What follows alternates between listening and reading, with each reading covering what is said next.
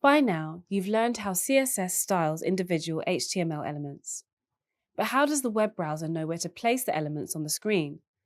The web browser's normal way of calculating the position of HTML elements on the screen is called document flow. By default, nearly all HTML elements are organized into one of two categories, namely in block and inline elements. A block-level element will occupy the full horizontal width of its parent element and the vertical height of its content. Each block-level element will have a new line before and after. Therefore, multiple block-level elements will stack on top of each other like a stack of boxes. Inline elements only occupy the width and height of their content. They don't appear on a new line, hence the name inline. Therefore, multiple inline elements can form a row of elements. When coding in HTML, you need to be able to recognize and use block elements. Some examples of block-level elements include the tags div, form, and heading. You also need to be familiar with common inline elements. These include the tags anchor, image, input, label, bold, italics, emphasis, and span. Let me demonstrate the difference between block and inline now by using an example of an HTML file containing div and span elements. Okay, so I've opened Visual Studio Code here. I will now demonstrate an example where you will learn about document flow. First, I want you to notice that I have a div element containing 3 sentences of lorem ipsum. A div or divider element is used to divide content into sections. If you don't speak Latin, don't worry. Lorem ipsum is placeholder text that has been used since the 1500s. Each sentence contains a span element that you may recall are inline elements. Notice that all text is displayed in an unbroken flow of content in the browser.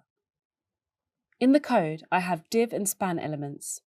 I am now going to change the middle sentence from a span to a div tag. Because the div tag is a block-level element, notice that the sentence has been moved to a new line and the span element after it is also on a new line. It's possible to change elements from block level to inline and vice versa. This can be done using the display CSS property.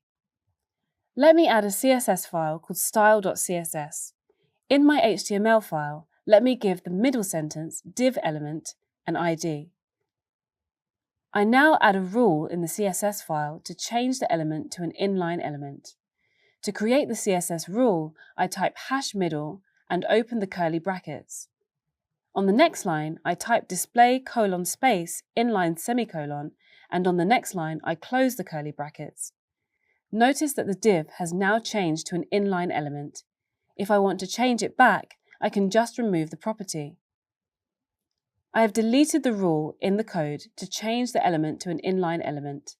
Another way to achieve this outcome is to set the display property to block. I have now changed the value for display to block. In another video, I'll demonstrate to you that there are other values you can set for the display property to change the layout behavior of an element. Congratulations! You have now learned about block and inline elements in HTML. It's important for developers to be comfortable working with each and to know the differences. It's vital to keep in mind that block elements start on a new line and span the entire page, and inline elements work within the flow of the surrounding content, rather than breaking onto their own line.